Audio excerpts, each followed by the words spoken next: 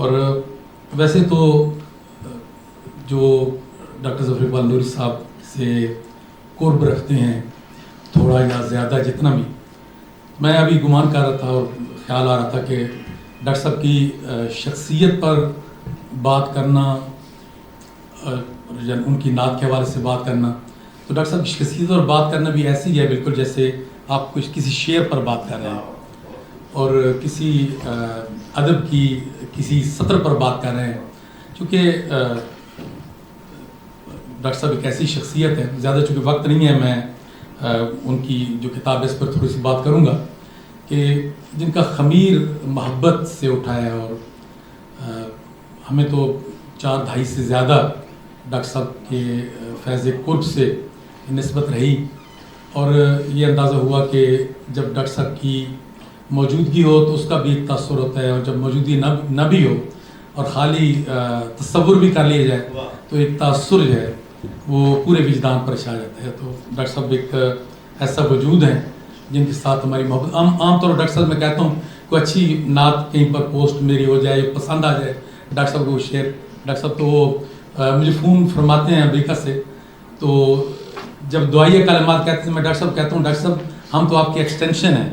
آپ کی ہم توسیع ہیں، اور جب بھی کوئی اچھی بات ہو جائے یا لکھ لی جائے تو ڈاکٹر صاحب کی طرف ذہن ضرور جاتا ہے. اس انداز میں انہوں نے ہماری تربیت کی ہے. میں گزارش کر رہا تھا ڈاکٹر صاحب کی جمال حرف کے حوالے سے، اور حقیقت یہی ہے کہ میں بھی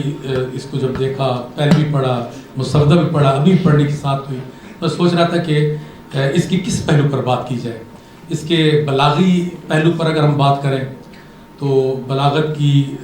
کوئی ایسی جہت نہیں ہے جس کی طرف کسی نہ کسی حوالے سے اس کتاب کے اندر کوئی شعر یا مصرع موجود نہ ہو. اگر شعر کی جو عمومی تاثیر کی اعجازی تسخیر ہے اس کے حوالے سے بات کریں تو ڈاکٹر صاحب کی شخصیت ہی ایسی ہے کہ اس کے اندر تاثیر اور تسخیر تو دونوں ماشاءاللہ موجود ہے، اور کلام کے اندر بھی ظاہر موجود ہے. صرف چونکہ بڑے صاحبان دانش موجود ہیں تو ان کی موجودگی سے فائدہ اٹھاتے ہوئے ایک چھوٹا سا سوال میں رکھنا چاہتا ہوں کہ یہ ہم غور کر لیں کہ نعت کی ماہیت اور حقیقت کیا ہے، پھر ہم ڈاکٹر صاحب کے کلام کو بھی تھوڑا سمجھ لیں گے. تو نعت کی ماہیت اور حقیقت، اگر تو اس کا ایک عمومی جو جواب ہے جیسا ہم سب جانتے ہیں کہ نبی پاک صلی اللہ علیہ وسلم کی تعریف جو ہے وہ نعت ہے. اگر اتنا ہی کر لیا جائے تو یہ بڑا ایک اجمال ہے، اور یہ اپنے اندر بہت زیادہ تشریح کا متقاضی ہے، کہ کیونکہ نبی پاک صلی اللہ علیہ وسلم کی ذات گرامی کی جو تعریفی جہات ہیں اور تعریفی اسالیب جو ہیں وہ لامتناہی ہیں. جو سیرت لکھنے والے ہیں یا اہل تصوف ہے انہوں نے بھی نبی پاک صلی اللہ علیہ وسلم کی ذات گرامی کو 2 سے 3 جہتوں کے حوالے سے دیکھا ہے. ایک تو آپ کا وجود بشری ہے، تو کچھ نعتیں جو ہم اعلیٰ پائے کی پڑھتے ہیں اس میں آقا کریم صلی اللہ علیہ وسلم کے وجود بشری کی جو صفات ہیں اور تعریفیں ہیں ان کا تذکرہ ملتا ہے. اسی طرح نبی پاک صلی اللہ علیہ وسلم کے ایک اور وجود مسعود کا ذکر ہوا، اور وہ وجود محبوبی ہے، اور اس کی لطافت اظہار ہے، اور اس کی کمالات کی لطافت ہے. تو بعض نعتیں ہم کمال کی جو پڑھے ہوتے ہیں تو اس میں وہ نعتیں ملتے ہیں جو آقا کریم صلی اللہ علیہ وسلم کے محبوبی جو وجود ہے اس کا بیانیہ بنتی ہیں. لیکن حضرت شیخ اکبر نے بھی اور دیگر بزرگوں نے بھی اس حوالے سے کہا کہ نبی پاک صلی اللہ علیہ وسلم کی ذات کا ایک اور پہلو بھی ہے، اور وہ ہے کہ اللہ رب العزت نے سر ذات آپ کی ذات کو ودیت کیا،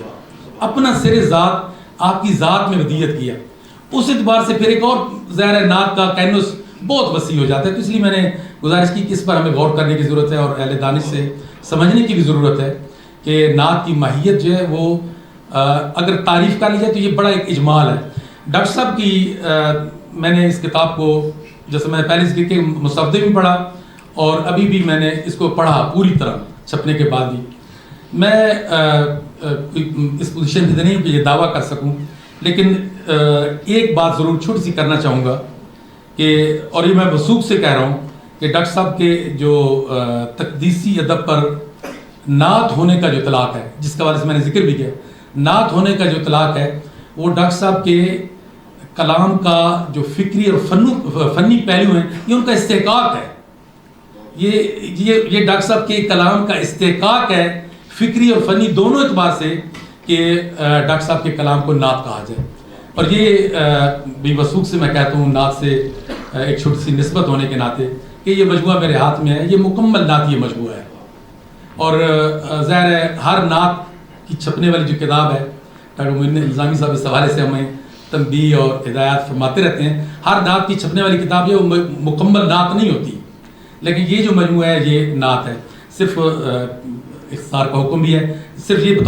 بتا چلوں کہ یہ چونکہ غالب کی زمینوں میں ڈاکٹر صاحب نے یہ نعتیں کہی ہیں, اور ہم سب جانتے ہیں کہ غالب کی زمین میں نعت کی فصل اگاتے ہوئے اور نعت کے پھول لہلاتے ہوئے کیا کچھ کرنا ہوگا. ظاہر ہے غالب کی بحر کو بھی دیکھنا ہے, غالب کی بحر کا جو تاثر ہے اس کو بھی دیکھنا ہے, غالب کی جو قافیہ بندیاں ان کو بھی دیکھنا ہے, یعنی اور غالب کا جو بڑی بات کو اختصار میں کہنے کا ایک ان کا مقام ہے اس کو بھی دیکھنا ہے. اس سب کچھ کو دیکھتے ہوئے اور پھر نعت میں اس کو کہتے ہوئے یہ کوئی آسان کام نہیں ہے. صرف ڈاکٹر صاحب کی نعت سے اگر اجازت ایک دو چار شعر صرف یہ بتانے کے لیے کہ میں نے لکھا ہوا تھا بہت سارا, وہ پیش کر دوں گا ڈاکٹر صاحب کو. تو یہ نعت کے حوالے سے جو ہم دیکھتے رہتے ہیں, سہولت اظہار دیکھیں ڈاکٹر صاحب کے کلام میں. کہتے ہیں کہ آپ کی محبت میں کیا حسین صلا پایا, آپ کی محبت میں کیا حسین صلا پایا, آپ کے وسیلے سے ہم نے تو خدا پایا. یہ سہولت اظہار ہے. اور توفیق کی ارزانی اور کمال کا بیانیہ دیکھیں, یوں مل رہی ہے بھیک در لطف یار سے, یوں مل رہی ہے بھیک در لطف یار سے, اذن و عطا میں کچھ بھی تو حائل نہیں رہا. اور بس ایک الفاظ کی نشست و برخاست ذرا ملاحظہ ہو. کرم ان کا کہ راہبر ہیں میرے جامی و بوسیری, کرم ان کا کہ راہبر ہیں میرے جامی و بوسیری, کرم ان کا مقلد ہوں میں فقہ شوق حساں کا, کرم ان کا مقلد ہوں میں فقہ شوق حساں کا. اور تشبیہ و تمثیل میں لطاف اظہار دیکھی, سبحان اللہ. ان کی یادوں میں مہکتی یوں چلی آئے صبا, ان کی یادوں میں مہکتی یوں چلی آئے صبا,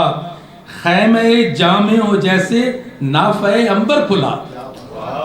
اب دیکھیں نا یہ ہے تشبیہ و تمثیل. تو اجازت چاہتا ہوں جی, وقت کے کام ہے انشاءاللہ.